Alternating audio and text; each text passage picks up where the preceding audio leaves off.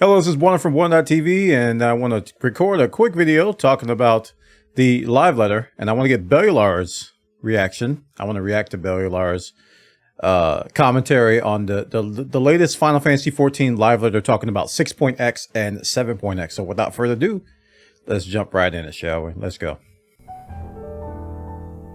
Well, everyone, the latest live letter has happened. This time, they were way more focused on the long-term health of FF14 and basically what we can expect on a macro scale.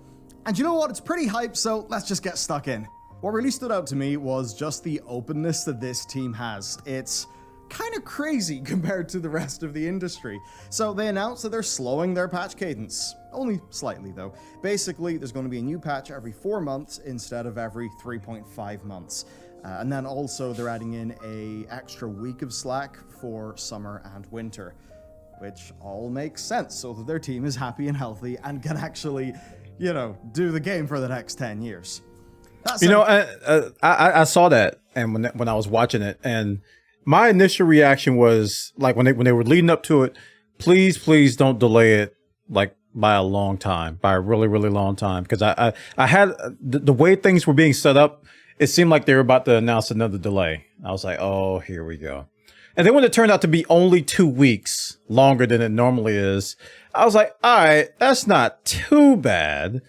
But, you know, Yoshi was like, please allow us to have 2 extra weeks to blah, blah, blah. And when, you know, the more they talked about it, I was like, why am I getting upset over 2 weeks?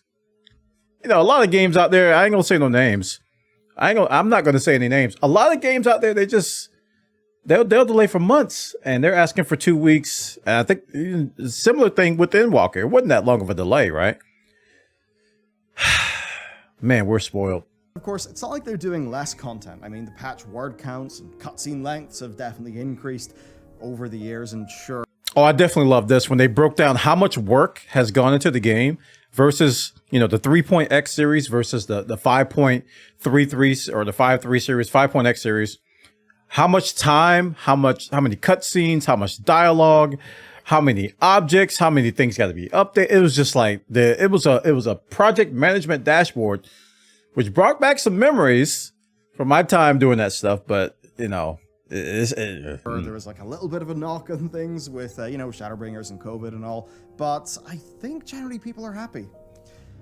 And I'd say if this means they can make a better game in the long run, then that is absolutely brilliant and ideal. And I think really this whole thing just shows us just how damn tightly they plan out this game. Because the amount of confidence that they show in their schedule is insane. Like, they talk about this stuff way further out than really most developers seem to. It makes me think they must be quite ruthless when it comes to, like, cutting down unknowns and, you know, having a reasonable but not too much experimentation. I guess. I think one thing to point out here is that a lot of these developers know. They know the schedule. The schedule has been made. I think what a lot of developers do, and rightfully so, is that they're hesitant to talk about that stuff to the public because it can change. And, you know, gamers prior to COVID really did not take too well to any kind of changes to schedule, any type of delay to the roadmap, any type of removal or addition, and projects change.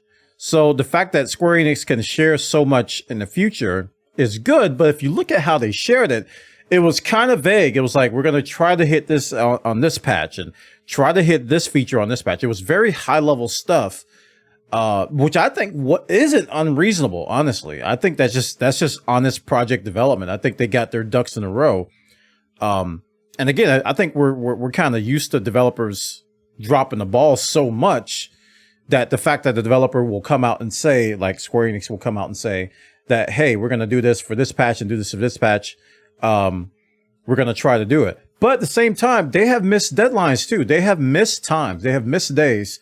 And those deadlines, you know, things like the data center, cross data center travel and just a couple other features that, you know, have kind of been pushed back over time, and like Hildebrand didn't make it into Endwalker. And so a lot of things just didn't make it in for whatever reasons. And they had to take out Unreal Dungeons, just had to remove them so that they can fix them. So there's a lot of changes that happen, but the fact that they're telling us ahead of time that things are going to happen kind of eases the sting of what the actual thing is. That could sound like a bad thing, but you know what I mean. It's like clearly a very tight ship they run over there. Anyway, when delays do happen, this is a team that's pretty damn good at explaining why. The community knows that. We actually feel taken care of. They're open, they're honest, and I think that means that they probably feel confident enough to give us the details because it feels like more of a two-way street, which means they know that they can feel, well, if something doesn't go to plan, they can tell us and the relationship will be okay. I think that's just important. Graphics then, we are getting a graphical overhaul in the next expansion.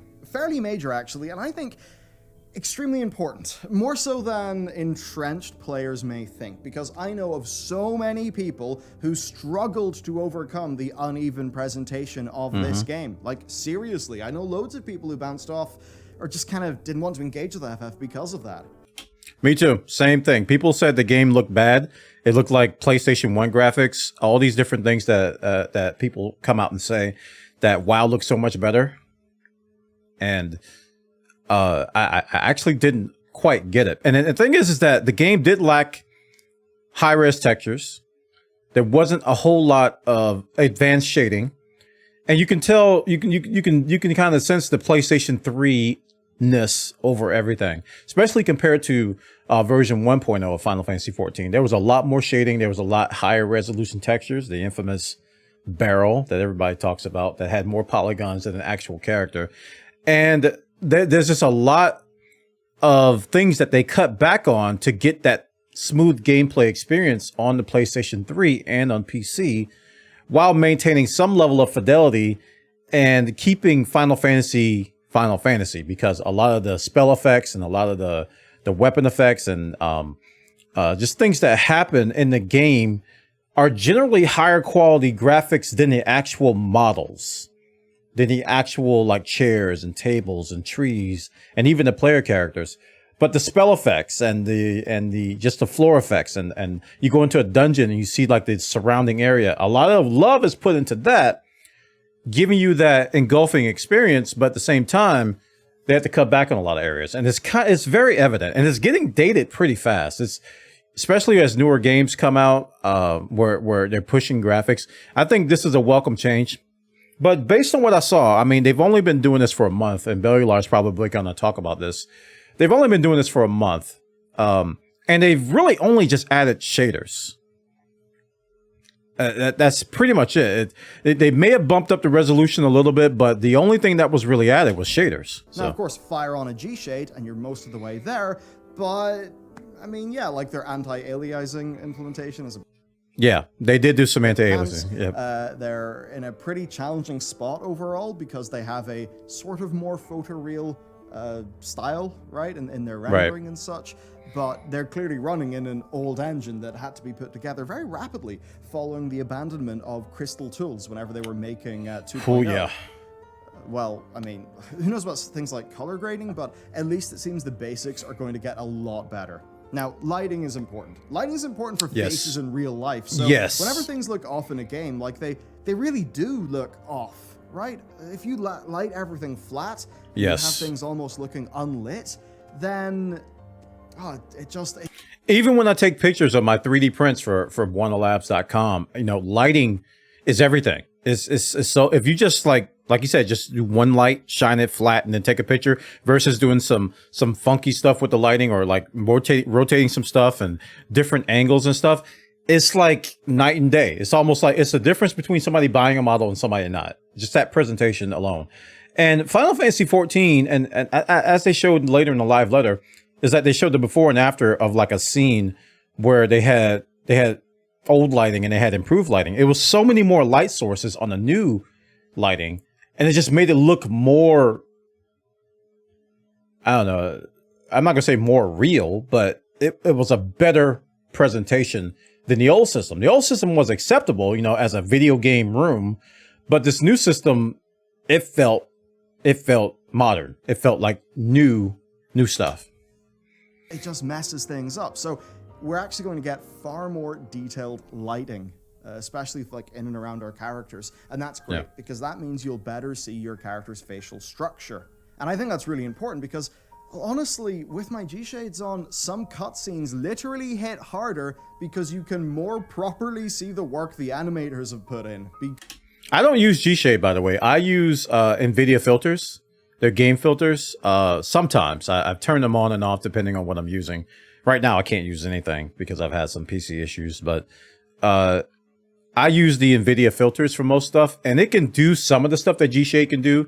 It's not, you can't get as granular, but if you want, you could have a very similar NVIDIA filter preset that looks very similar to some of the popular GShape filters out there. If you don't know what GShape is, it's a third-party DLL injection that allows you to play with shaders and color saturation and sharpness and brightness, and gives you a lot of sliders to essentially make the game look better. And that's what he means by GShape. Because of the lighting actually highlighting detail in faces. Now we're also seeing a texture res increase for hair, skin, armor materials, perhaps better material shaders, also an increased limit on scene lighting, which is going to give their artists just a lot more freedom to play around, which of course is great because environmental lighting means you can actually see the detail in the environment. A great example, Halo Infinite's disastrous E3 demo was made so much worse by flat lighting that masked the detail that was there in the world. See, I don't know. Maybe I have special eyes. Maybe that's it. But I didn't see too much wrong with the E3 demo. I was like, it looks okay. But everybody else was like, it looks like garbage. It looks like, I don't know why.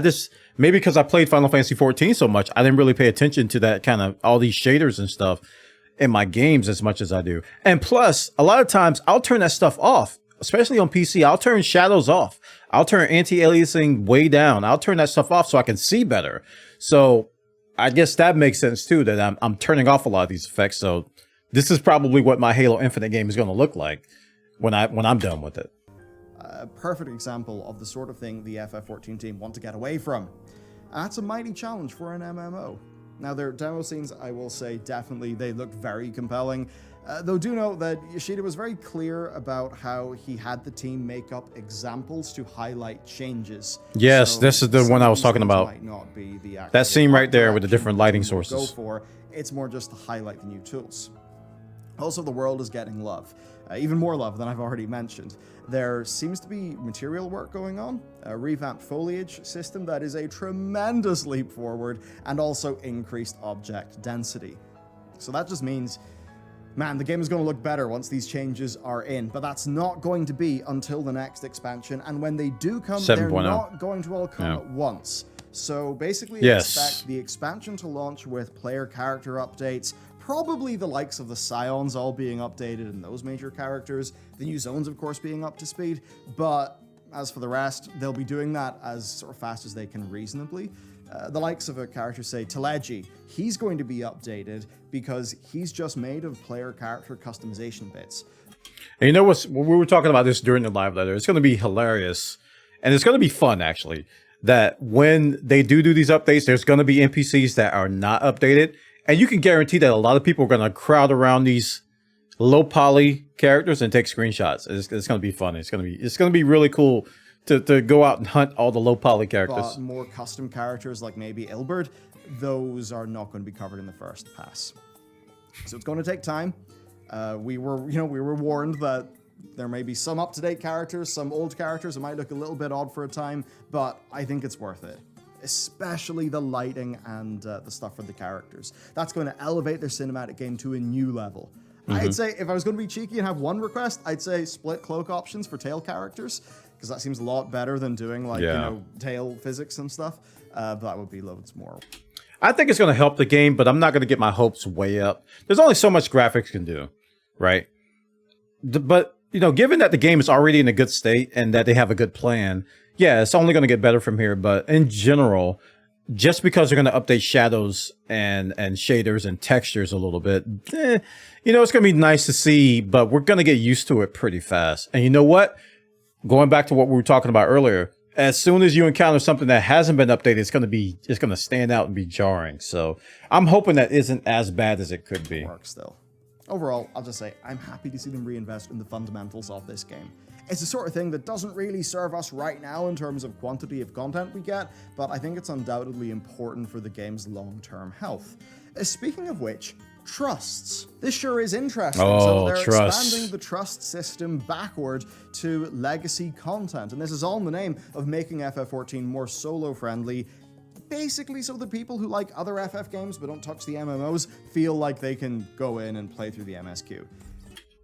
One word, or two words. RIP Squadrons. Now, I do get the suspicion here, but to be fair, the trust system is not a bad learning environment. I mean, you could even say the trust system can sometimes, at least if you're a DPS, can punish you more because you can't get rezzed when you die. You have to restart the fight. Oh, yeah. Anyway, That's they're true. going to start with 2.0 in patch 6.1, then ARR patch dungeons and some Heavensward for 6.2. They're going to finish Heavensward trust implementation by 6.3, and then Stormblood will be done over Endwalker's final two patches, with 7.0 bringing trial compatibility. So I've gone on record to talk about this a lot, about how in modern times, especially in 2022, many people play MMORPGs as single-player games. And it puzzled me because the whole idea of an MMORPG is to be a social world where you're not only surrounded by players and have a live market and have a live universe, but you can communicate with those players. And I think that's really important, that you make friends and that you make bonds and, you join guilds. You do raids with strangers, and it turns out to be a very, very enthralling experience. That's the MMORPG formula. And one of the things that Yoshi P touched on in the live letter was they want to make a multiplayer RPG. So that's different from MMORPG, a multiplayer RPG. So they're trying to just inject all of these solo features into a multiplayer game. And I've gone on record, and I'll say it again, it's just that I don't think that's a good idea. But that doesn't mean that I'm wrong. I mean, that doesn't mean that I'm right. Gosh, that means I'm wrong. It kind of probably does mean I'm wrong, because they're doing so well with it so far. The formula is working. I'm still against it, but I can't deny that it's actually working. And the fact that they're going to double down on it is an interesting thing. Now, I actually enjoyed Trust. I thought Trust were a good idea, not only because you got to learn dungeons, but if you wanted to progress in the story and you're going in as a DPS, you don't have to wait for a long queue. That was my favorite thing about Trust, is that I can go through the MSQ as a DPS and not have to worry about that. I don't have to level, because in the past I would do the MSQ as a tank. I would do it as a healer because I wanted fast queues. Now you don't have to do that, because a majority, if not all, of the dungeons are Trust enabled. Not all the raids are, not all the trials are, but at least the dungeons are. But with trials, with 8-man trials, you get faster queues even as a DPS. It's not as bad as dungeons. Dungeons is a little bit longer. So I like the Trust system, but going with this single player mindset into an MMO, I've got to rethink my definition of MMO, because the MMORPG that I know is multiplayer. It's not a single player game. You don't treat it as a single player game. You don't design it as a single player game. But it seems like we're trying to get to an evolution process now. So we're coming to something new. And I'm glad that Yoshi P called it something else, because I'm more able to accept it if it's called something other than an MMORPG. It's called an MMO, a multiplayer RPG, or yeah. They basically took out 2 letters and they called it something different. I know, but still, I like the fact that they're calling it something different. Now, I assume this means that, like, Horsefont could be tanking in the vault. Who? That's like an example of Horsefont? strong from the narrative, so I'm pretty... Horsefont? Horsefont is Harsherfont. happy. Their content brief looked strong, though all of the overhaul work that they've got to do will probably split some efforts. Now, the main news is that our next live letter is a deep dive in 6.1, and that's very soon in March. Until then, though, we have learned plenty. That's going to be here before you know it. 6.1, many thought it was going to have island sanctuaries. It's not, but there is a lot. So, Hildebrand, back. I really need to do Hildebrand, so I can get why everyone's really excited by this. Tataru, the best Scion, she's got a quest line. I'm really excited for. I'm excited for Tataru's quest. I hope that they give her carbuncle back, because we learned about her carbuncle in Walker. Spoilers. Give her her carbuncle back and make her an Arcanist again, because that was a fun little thing, and the fact that they found the carbuncle just made my day. There's also the Favnir Beast Tribe quests as well. Then we are going to be getting the first wing of the new Alliance raid. We'll be getting the Crystalline Conflict PvP mode, and actually more stuff, because the Dragon Song Ultimate is coming, as is the Unreal trial for Ultima's Bane. And then, of course, all that aforementioned trust stuff. And then for the crafters, well, the twins' mum is going to be your first custom delivery. So, a million. Dress her up. I think some people on the internet will enjoy this. What else? Well, there's also it's just delivery. It's just not Housing something District, huge. Hrothgar Hair, and the calling card UI. There could be more stuff of. I don't know what this calling card UI is. I really don't. And I'm anxious to hear more about it. They were very vague about it. Like, they don't have a name for it, but I like UI changes more than I like. I'm more excited for UI changes than I am about graphical changes. So I'm really curious what this UI thing is going to, or this calling card thing is going to be. Like the extreme for the third trial. We'll have to see. There'll be the 6.1 deep dive soon. 6.2 then. Island Sanctuaries, which I am really excited for. There's also a new type of dungeon coming to the game called a Criterion Dungeon. Let's stop. Let's just stop. Island Sanctuaries, I every time it comes up now, I just go, what is it? Because we're assuming it's going to be a thing. We're assuming it's going to be Animal Crossing. We're assuming it's going to be Stardew Valley. We're assuming it's going to be Farmville. All these assumptions. Square Enix has not said a word about what it actually is. They just said it's going to be side content that you can do if you have time. It's this optional side content. What is it? What are Island Sanctuaries? I can't wait to actually hear what they actually are instead of speculation, because I don't want to get excited about it and it's not going to be what I think it is. I don't want, if it's not Animal Crossing, because I want it to be Animal Crossing, I don't want to get too excited if it's not, because they didn't say anything about that. So, man, I wish they could tell us what it is. Now, this is a type of dungeon that scales, and also seems to be intended to fill that niche of harder 4-player content. Sounds pretty great to me.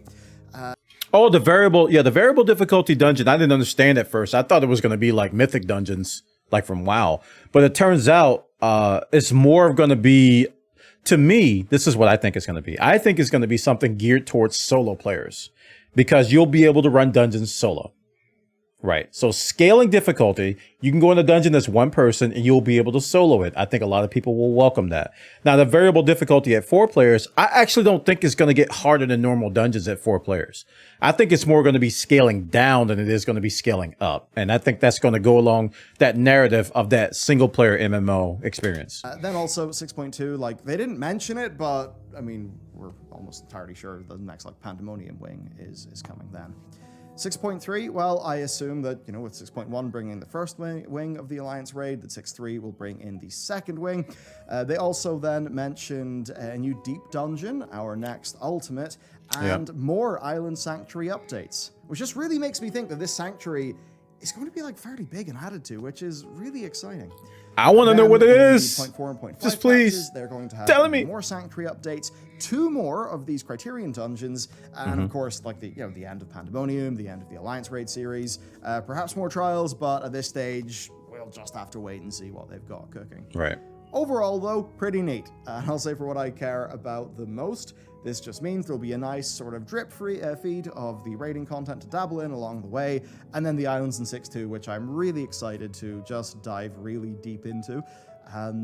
Now, of course, the islands are probably going to be late August, maybe early autumn, in terms of when they come out for the patch cadence. Yeah. Okay, so thoughts and opinions time. There was a bit of a Q&A. It was very spoilery, though, so I'm not really sure if it's the sort of thing I want to dive into. I skipped the Q&A. I didn't watch the Q&A part. I don't know, spoilers, but let's not do them. Oh, good. Long term, they're focusing on the game being healthy, and I think that is just fantastic. That means that while not all decisions here are going to be optimal for the content quantity of Endwalker, I think it means the team, like, they just know they're onto a winner of a game, and they need to just reinvest in the fundamentals so that, like, they can... I mean, they're already coming out of COVID screaming, you know, super powerful. This is just going to make that more so, and that is cool. Plus, I'm just damn excited to see what our characters are going to look like. I mean, they did say that, like, your character's going to look like your character, but I mean, don't get your hopes too high, man. Yourself and, you know, look in front of a mirror and imagine you're like lit completely flatly, like you're on the set of Star Trek, you know, your face will look one way. Then, you know, try to light yourself all dramatically, and, you know, the shape of your face will... See, the reason why I'm tempering my expectations is because MMORPGs, traditionally, the ones we've been growing up with and the ones we've been playing, traditionally, graphic fidelity is the last thing on the table. You really don't have a high graphic fidelity game when you do MMORPGs. Why? Because they're bigger worlds. There's a lot more people. There's a lot more going on, a lot more systems, a lot more synchronous stuff, a lot more network code. There's a lot of things to consider. And the higher graphic fidelity you go, the more complicated things get. Square Enix tends to err on the side of caution when it comes to Final Fantasy XIV. They don't generally do a whole lot of extreme things when it comes to, especially graphics. So I'm thinking it's going to be a slight budge and a slight nudge to the graphic department, but dude, seriously, don't get your hopes up too high. I don't think they're going to go nuts with this, and that they've kind of already set expectations to say, hey, we're not going to be Horizon Forbidden West. So, and I think some people, I'm not saying Bellular is thinking this, but some people kind of have that expectation, like, hey, PS5, I want PS5 graphics in Final Fantasy XIV, and it's not a realistic expectation when it comes to MMOs. Well, you know, it'll be highlighted by the light and the shadow, and that'll make your character more defined, right? And I just remember, you know, toggling my GShape preset on and off during cutscenes, and it's like, oh shit, I can see these facial animations more with my GShape on. And that's just going to make the storytelling better. It's going to make the game look better. It's going to free up their artists to do more. So that's all real hype. I also want to talk about communication, because as a WoW player, I've got to tell you, this is insane. I mean, I know the P in Yoshi P stands for producer. Some people think it stands for primal. I think it actually stands for please understand. Because you can just be bloody open with us. I mean, obviously, you know, they spoil us. Could you imagine a Blizzard Entertainment that just does multiple, like 5 or, you know, I mean, was it 14 the longest live letter? You know, these big live streams where they actually hang out, read chat, you know, instead of just giving us like a 12-minute marketing brief for the WoW patch 9.2. Why is that not like a 4-hour live stream where we get to chew the fat on it? There's a Q&A. They don't care that much. Actually, you know, seeing chat, stuff like it's really simple. They don't care that much about the community interactivity part. That is the answer. They don't care that much about that part of the game. I'm not saying they don't care about the game at Blizzard. I'm not saying they don't. They don't care about the communication aspect part of it. And you can tell. You can tell how much effort they put into communicating with the community, staying on top of issues, feedback loops, and a lot of things that Final Fantasy XIV does well. They don't do that. You've got the producer reading chat on a live stream. He's actually reading Twitch chat. He actually reads multiple chats, but he reads Twitch chat. Blizzard's not going to do that. They don't care enough to do that. Like that. I don't know. It would be a superpower if they were able to do it. And it's such a good format because they were able to respond to chat and clarify, you know, their points. If people had, you know, issues or questions, reading chat, they could respond to them and reassure people in real time. Yep. Right? It's just such a great format. And the thing is, it's not polished. It doesn't come across as marketing because, look, if you wanted this to... It reminds me of the Warframe dev streams, too. They just come on and just shoot the breeze with the community. And they just talk about stuff and they just vibe off of chat. And it's a very personal, genuine thing to do that. It doesn't have to be rehearsed. You just have to have a light agenda, which the Warframe the devs have all the time. And you just have to have someone, you know, reading or moderating the questions or reading the chat lightly. And you've got yourself a winning formula. People feel like they're being listened to, especially if their questions get answered. To be perfectly polished and perfectly marketed, you'd probably do it differently, right? But no. It's sure, like, there's a little bit of jank, there's a little bit of you know, it's not like the most sort of in-depth, super high polished production, but it's quite raw, and that's in a way that's nice. I mean, the one thing they say in this whole, you know, biz that I do, YouTube and stuff, is, you know, it's texture, not polish, right? Like, polish can be really fucking boring, but there's texture here, and that just means that dev relationship, can exist. Okay. And there are so many lessons for so much more of the industry to learn from these guys. And it is just that funny thing, because traditionally you think about it, you know, the Japanese companies, and you sort of think, oh, they're pretty old school in how they do things. And, you know, no, here they are leading the charge in how to actually communicate in a live game. Now, as for what's next for me in FF14, basically, not screwed over. I've actively jumped into this, but it has been MMO Hell Month.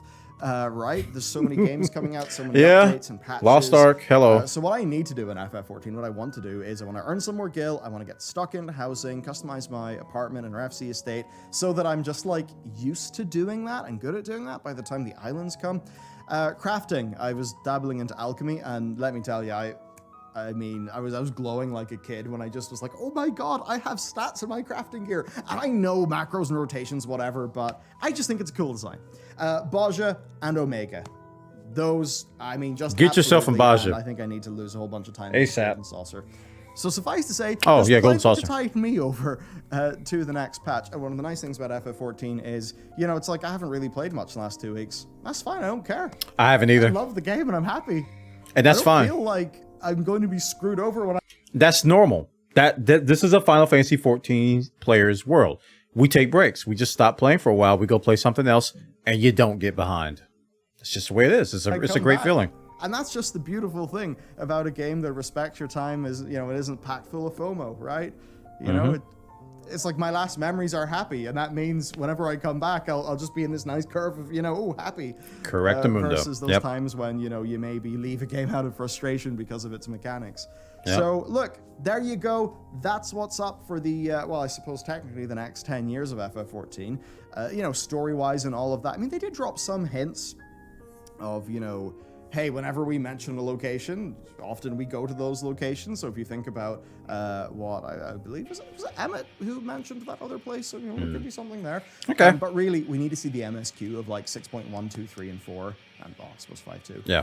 To really get a feeling of where the story's going next. There's certainly a lot of interesting ways it could go, though.